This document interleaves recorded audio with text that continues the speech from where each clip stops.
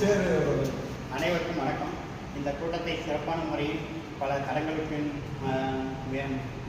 தளங்களிலும் சிறப்பாக செயல்படுத்திய தனராமன் அண்ணா அவர்களுக்கும், மாவட்ட தலைவர் தனபாண்டி மற்றும் மாவட்ட செயலாளர் சதீஷ் அவர்களுக்கும் மனமார்ந்த நன்றி.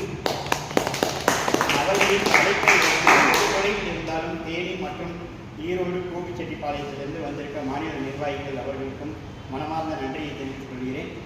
நம்ம இந்த சோசியலிஸ்ட் மக்கள் கட்சி எதுக்காக ஆரம்பிச்சதுன்னா, சோசியலிஸ்ட் மக்கள் கட்சி எல்லோருக்கும் எல்லாம், எவரிதிங் ஃபார் எவரி ஒன், எல்லோருக்கும் சமநீதி, சமதர்மம், சம கொள்கை, இதுதான் நம்மளோட கொள்கையாக இருக்கும்.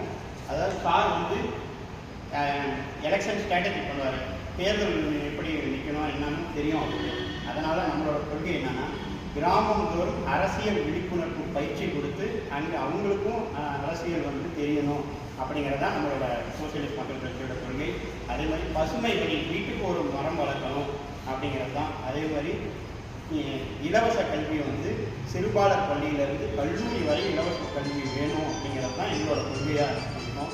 அதே போல் எல்லோரும் சமமாக இருக்கணும், எல்லோரும் சகோதரத்துவமாக இருக்கணும், சாதி சமயம் பாகுபாடு இல்லாமல் இருக்கிறது தான் நம்ம சோசியலிசம்.